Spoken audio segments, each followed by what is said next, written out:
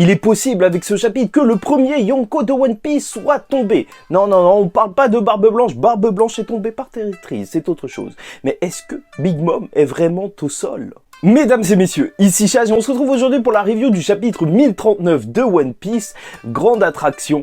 Et ce chapitre, bien sûr, nous montre le combat entre Law, Kid et Big Mom à son paroxysme. C'est vraiment la fin du combat, tout le monde lâche sa carte secrète, sa dernière attaque.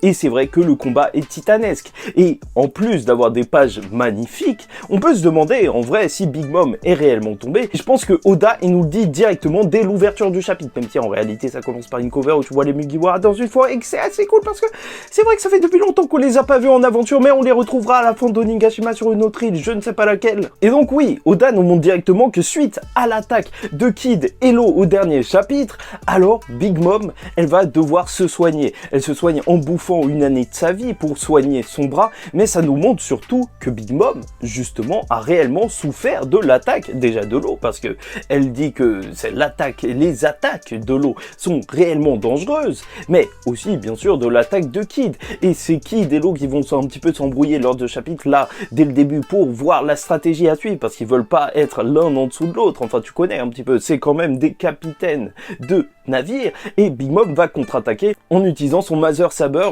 donc son sabre avec la fusion des Omi. On passera sur le complexe de Law de ne jamais lâcher l'attaque finale et on va donc avoir Big Mom qui va fusionner tous ces Omi dans un seul sabre, le Mother Saber, pour attaquer Kid. Kid qui va essayer de gagner du temps pour que Law utilise son attaque finale. Il va d'abord utiliser justement l'éveil de son fruit pour générer une charge positive ou négative sur Big Mom et la coller à la tour qui est juste derrière elle, puis elle va esquiver ça alors qu'il se trouve sur son taureau. Et déjà, ça, il faut le retenir, parce que c'est vrai qu'avec ce chapitre, globalement, tu peux te dire que oui, Big Mom, elle a rien fait, à part tanker des coups, elle a rien esquivé, mais non, à ce moment précis, elle a esquivé, et il faut s'en souvenir, parce que certes, les Yonko du niveau de Big Mom et de Kaido, ce sont des monstres qui ne prennent même plus la peine d'esquiver, et en même temps, c'est normal, mais là, elle l'a bien fait, donc arrêtez de dire n'importe quoi, et ensuite, elle va nous lâcher peut-être sa capacité ultime avec Misery, justement ce gros monstre de feu qui fait penser vraiment au Big Mom qu'on imaginerait voir, la Big Mom en furie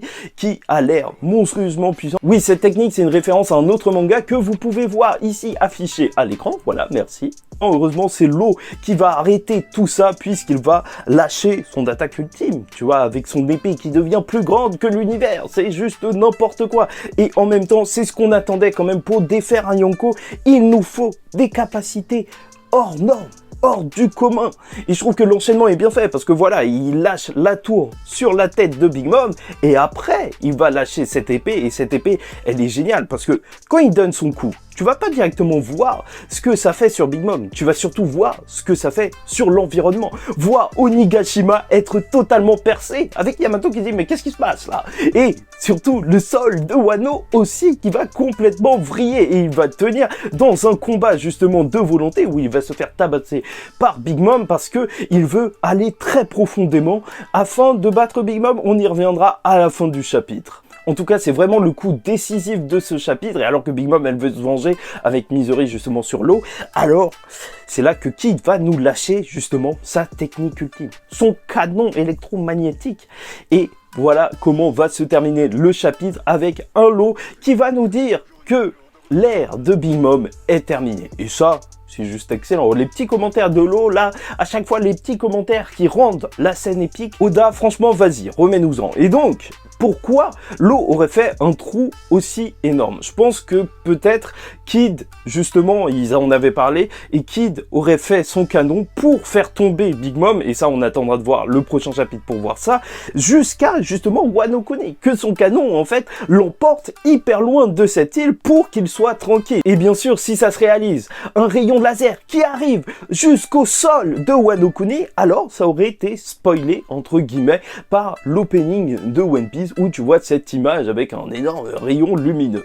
Mais est-ce qu'on peut considérer que c'est un spoil alors que, justement, c'était pas vraiment un spoil, personne n'aurait pu deviner ce qui s'est passé. Enfin, n'hésitez pas à me dire si quelqu'un avait deviné ça, que ça allait être Law ou Kid qui allait faire ce grand rayon laser dans l'opening.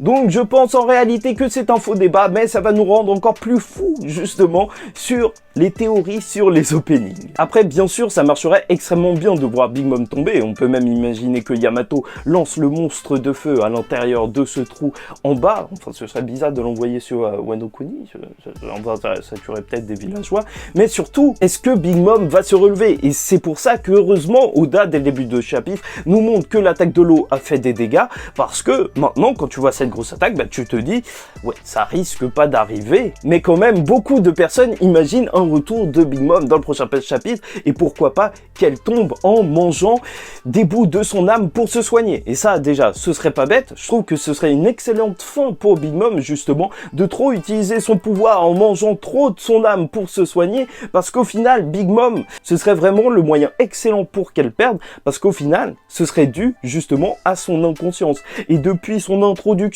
à chaque fois qu'elle fait n'importe quoi, il faudrait au bout d'un moment qu'il y ait des conséquences, et quelles plus belles et grosses conséquences que la mort possiblement. Et bien sûr, vous allez me dire, oui, tous les youtubeurs en PLS, ceux qui disaient que Big Mom ne pouvait pas tomber, Serial Sage au dernier chapitre disait qu'elle ne pouvait pas tomber, c'est un gros mytho, et je reste quand même sur mes positions. Je sais que c'est assez étrange, mais comme je vous l'ai dit la semaine dernière, je vous ai dit, Big Mom peut tomber, peut être KO, peut même perdre son rang de Yonko, mais bien sûr, en fait, comme beaucoup de personnes, je pense que son développement, il se continuera sur Elbaf. Donc, je pense vraiment pas qu'elle soit morte pour l'instant. Elle est vraiment beaucoup trop liée à Elbaf, que ce soit par rapport à son histoire qu'on ne connaît pas entièrement avec Mother Caramel, et même par rapport au mariage de Lola qui devait se marier avec le roi des géants, et même elle veut des géants dans son équipage. Donc, au bout d'un moment, c'est son plus grand rêve. Ce serait bien qu'on ait une explication par rapport à ça, et même qu'elle termine sa vie avec les géants. Oui, bien sûr. On ne souhaite pas de mal à Big Mom sur cette chaîne. Et je me demande aussi si c'est vraiment la version la plus forte de Big Mom qu'on ait vue. Parce que en vrai, quand elle a l'air complètement folle parce qu'elle n'a pas la bouffe qu'elle veut, je sais pas, elle a l'air un petit peu plus flippante et je me demande si elle est pas plus forte justement à ce moment-là, même si elle se contrôle pas.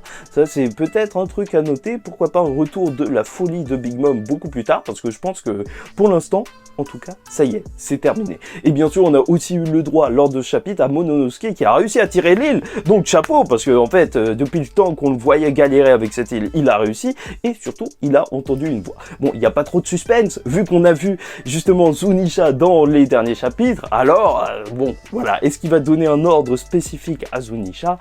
Ah bah là, il nous faut de l'épique là. Les Yonko vont tomber, ou en tout cas Kaido va tomber. Donc en plus, un éléphant géant plus grand que le titan, je sais pas quoi, je veux voir ça.